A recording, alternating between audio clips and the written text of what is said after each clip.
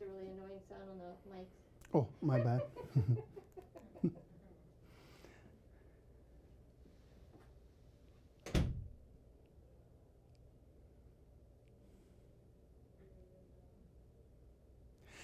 Cada vez que tenemos la oportunidad, el privilegio de abrir la Biblia, la palabra de Dios, es momento de gozo. Y en este momento me ha tocado la oportunidad, el privilegio de abrir la Biblia, de compartir lo que Dios tiene para nosotros en este hermoso, hermoso, hermoso libro. Hace unos días en mi estudio personal de la Biblia me topé con un versículo que me llamó la atención. Estaba revisando mi estudio, estaba viendo diferentes perspectivas, analizando, orando, y mientras leía se me vino a la mente un detalle que tiene que ver con el tema que te compartí el día de hoy, que se titula Dime con quién andas. Y estoy seguro de que tú sabes cómo termina este dicho, este proverbio, cómo termina este dicho popular. Dime con quién andas y te diré quién eres. Y es una frase para recordarnos a nosotros de que las personas que nos rodean, de alguna u otra forma, tienen efectos sobre cómo nos comportamos, tienen efectos de cómo pensamos, cómo analizamos las cosas, y también revela nuestras preferencias.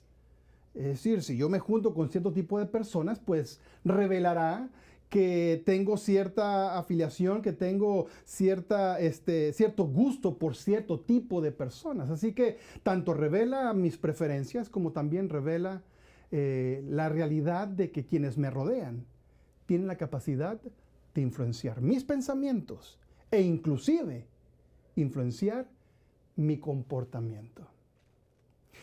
Vamos a abrir la Biblia. Vamos a abrir la Biblia en el libro de Génesis. En el libro de Génesis, la Biblia presenta es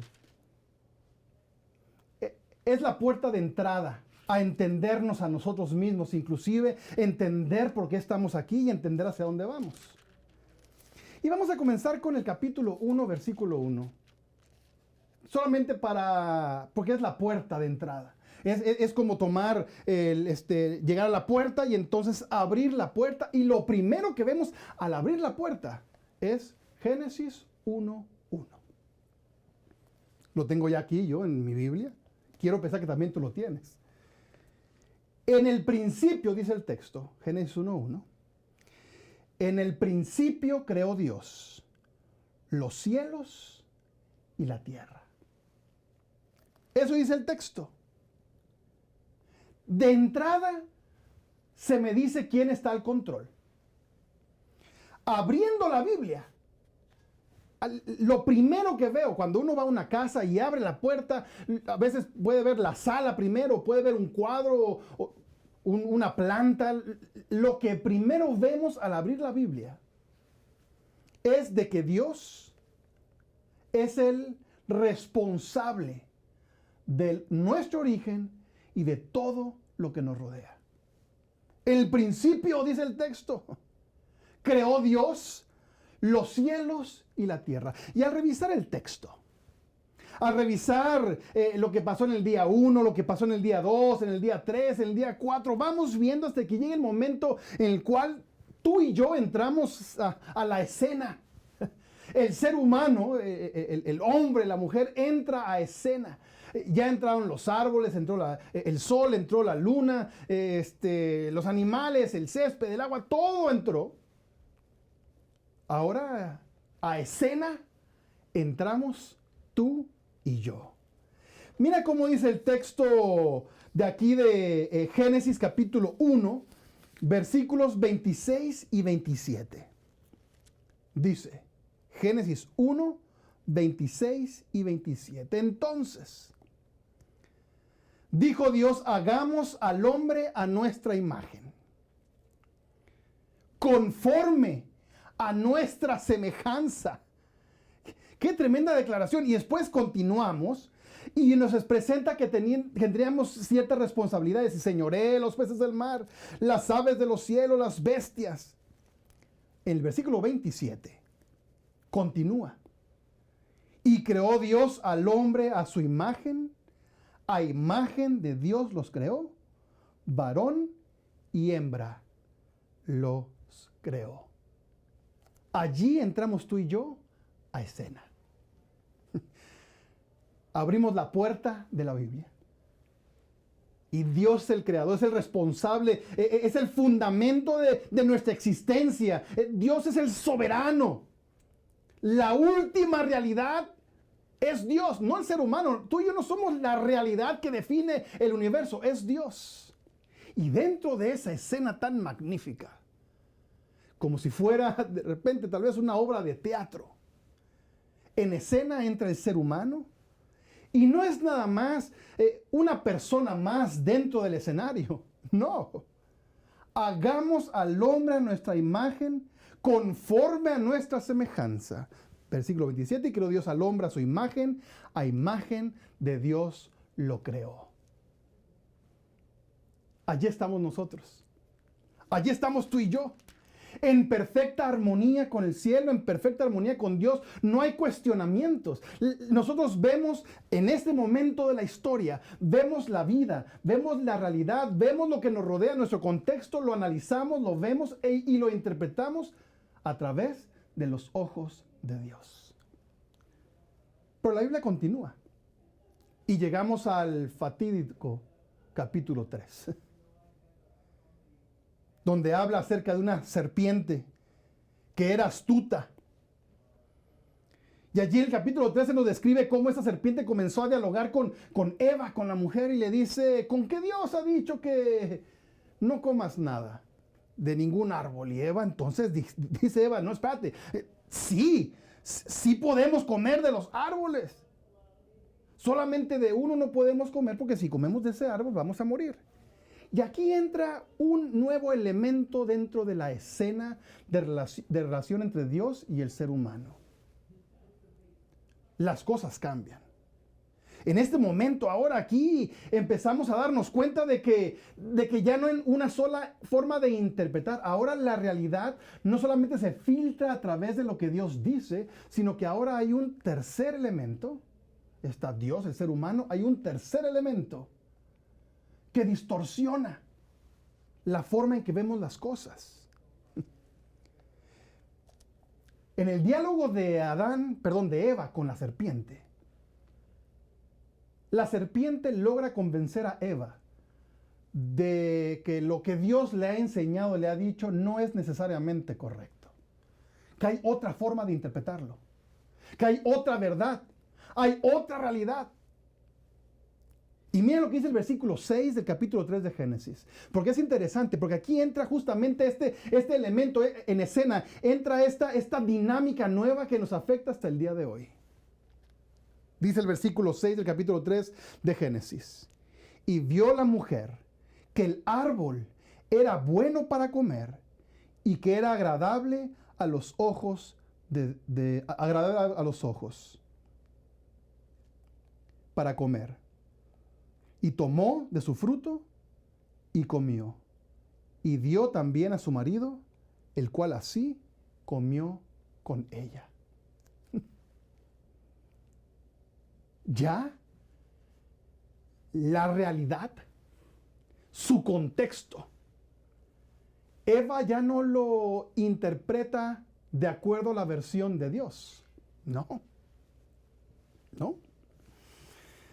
Ahora hay un tercer elemento. Satanás. Satanás presenta otra versión. Satanás presenta otras realidades, otros supuestos, otros argumentos. Ya no es nada más lo que Dios dice, no. Eva inclusive, si te vas tú al capítulo 2, versículo 9, rapidito lo vemos. Dice, Jehová Dios hizo nacer de la tierra todo árbol delicioso a la vista y bueno para comer. Fíjate que el texto dice que era árbol delicioso a la vista y bueno para comer. Mismas palabras que se expresan para describir el sentimiento de Eva para con el árbol prohibido. Donde dice que ella vio el árbol, que era bueno para comer y agradable a los ojos. así como ella veía antes a los demás árboles, que eran deliciosos para comer, que le llamaban la atención, comenzó a ver esto que era prohibido, que unos cuantos versículos atrás entendía que era prohibido y que no debía de comer de él. Comenzó a razonar, comenzó a llegar a conclusiones diferentes, porque ahora el filtro para poder interpretar la realidad ha sido corrompido. Ya no es solamente Dios ya no es solamente a través de los ojos de Dios, ahora es a través también de Satanás. El tema de hoy tiene que ver con el efecto que Jesús tiene en nosotros al caminar con Él. Y hay una historia en la Biblia.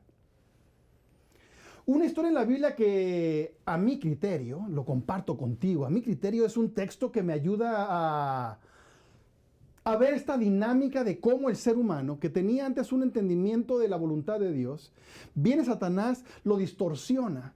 Y entonces ahora Jesús viene a arreglar, viene a componer, viene a devolverle al ser humano la capacidad de interpretar, de observar, de ver la realidad a través de los ojos de Dios. Y lo puedes encontrar ese texto en el libro de Lucas, que es el tercer evangelio, el tercero de los 4 evangelios. El capítulo 24 es el último capítulo de ese libro. Lucas, que no conoció directamente a Jesús, que su evangelio lo escribió de acuerdo a toda la investigación que hizo, y comenzó a hablar con diferentes personas y a tomar notas, y escribió este hermoso evangelio, tal vez uno de los más completos que podemos tal vez juzgar, si es que así lo podemos hacer. Y presenta aquí una historia tremenda, interesante, que revela en forma corta, en unos cuantos versículos, me ayuda a entender, me ayuda a ver la dinámica de cómo Dios transforma el pensamiento del ser humano cuando le permitimos caminar con nosotros, o cuando nosotros caminamos con Él. Para ponerlo en contexto, Lucas 24 comienza con la resurrección de Jesús. Sin embargo, los discípulos no se han dado cuenta, están encerrados en un cuarto, nerviosos. ¿Qué va a pasar ahora? ¿Qué va a suceder? ¿Qué sigue? ¿Qué está pasando? ¿Qué va a pasar de nosotros? ¿Nos van a matar? ¿Nos van a meter a la cárcel? ¿Qué va a pasar con nosotros? Porque Jesús había sido, de acuerdo a la perspectiva de los romanos y de los líderes judíos religiosos, Jesús había sido un agitador, una persona que merecía la muerte. Por tal motivo, sus seguidores posiblemente iban a correr con el mismo resultado. Entonces, se encuentran encerrados. Y este pasaje, a comenzar el versículo 13, abre una nueva escena dentro de este drama del esfuerzo de Dios por rescatar al ser humano. Y comienza diciendo el capítulo 24, versículo 13. Y he aquí, dos de esos discípulos, dos de ellos iban caminando hacia una aldea que se llamaba Emaús, como a unas 7 millas más o menos de Jerusalén. Iban caminando y, de acuerdo al texto, iban platicando el uno con el otro. Hasta este momento no sabemos qué están diciendo, pero el texto dice que Jesús comenzó a caminar con ellos, y ellos estaban tan metidos en su conversación que no se dieron cuenta que había una persona más, hasta que esta persona les preguntó, versículo 17, lo puedes ver tú, y les dijo, versículo 17 de Mateo 24, perdón, de Lucas 24, ¿qué pláticas son estas que tenéis entre vosotros mientras camináis? ¿Y por qué estáis tristes? Fíjate qué interesante, porque aquí vemos una descripción del estado anímico de estos dos discípulos. Están tristes. Y Jesús le pregunta, ¿qué pasó? ¿Qué está sucediendo? ¿Por qué están tristes? Cuéntenme, de repente yo puedo ayudar con algo. Y comenzaron a decirle que tú no sabes lo que pasó. ¿No te has dado cuenta de la situación que ha pasado en Jerusalén? Todo el mundo sabe, menos tú. O estás aquí nada más de paso y nunca te diste cuenta, o vives abajo de una piedra, ¿qué está pasando contigo? Y entonces comenzaron a decirle, bueno, es que había y es interesante cómo lo describen, había un profeta que pensábamos que era el Mesías, el cual iba a liberar al pueblo. Era poderoso en palabra y era poderoso en obras y teníamos tanta esperanza en él. La verdad que nos derramamos en su mensaje, nos derramamos en lo que nos presentó en sus promesas. Y adivina qué, fue entregado a los romanos y lo mataron y hoy es el tercer día. Y continúan diciendo, hoy domingo resulta que unas mujeres fueron al sepulcro, lo encontraron vacío y en visión vieron un ángel que les dijo, vive. Después otros discípulos fueron y sí, en verdad, está vacía la tumba. ¿Qué estará pasando? Me llama tanto la atención ese texto porque nos expone la realidad del ser humano. Cuando Jesús reacciona a esta historia, revela justamente ese detalle, cómo el ser humano es tan susceptible a otros filtros de interpretación de la realidad. Miren lo que dice el versículo 25, de ahí el capítulo 24 de Lucas.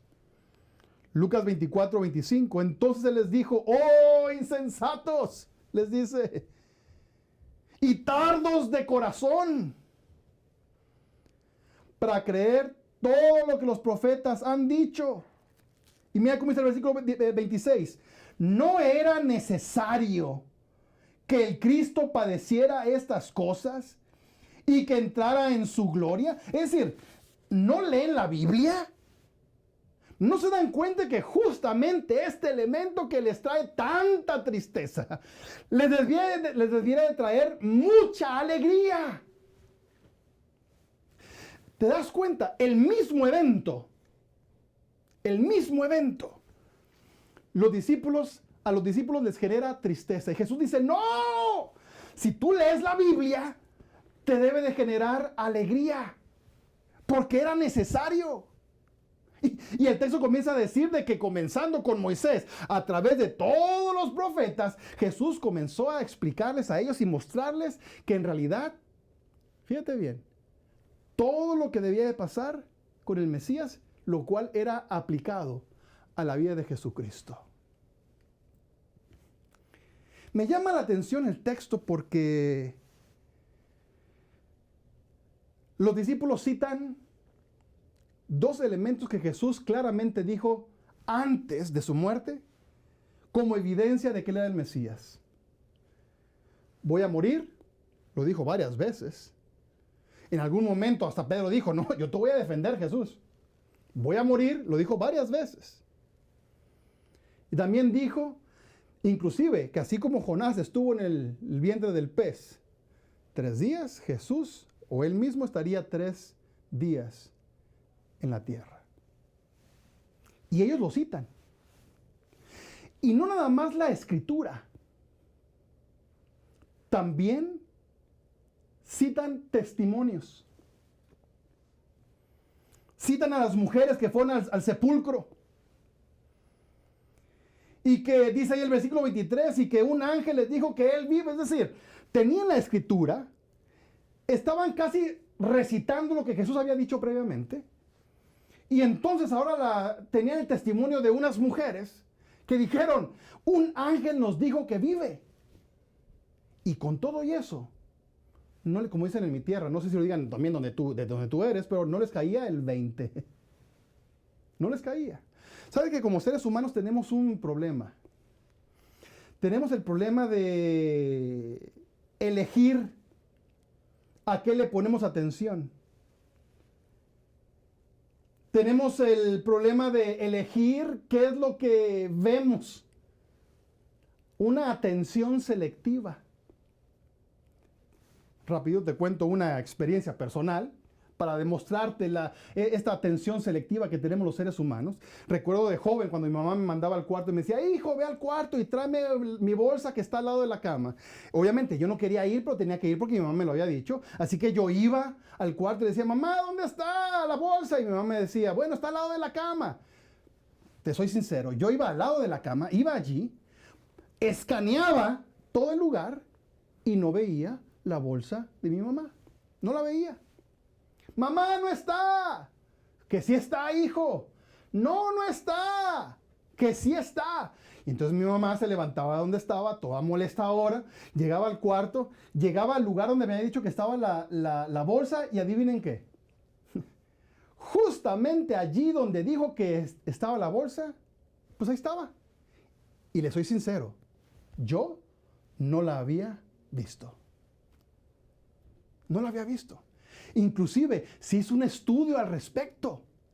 Se hizo un estudio donde, lo puedes ver tú en YouTube, hay un video en YouTube, donde hay varias personas que vestidas de camisas blancas y camisas negras con una pelota, y entonces al principio del video te dicen, cuenta cuántas veces las personas de camisa negra se pasan la pelota. Y entonces uno está ahí está viendo cuántas veces te están pasando la pelota los de camisa negra, porque también los de camisa blanca se te pasan la pelota, y entonces uno tiene que estar concentrado, concentrado, concentrado. Al final del video, ya te echa a perder el video, pero al final del video resulta que viene la pregunta, ¿cuántas veces los de camisa blanca pasaron la pelota? Entonces uno contesta, pero viene una segunda pregunta.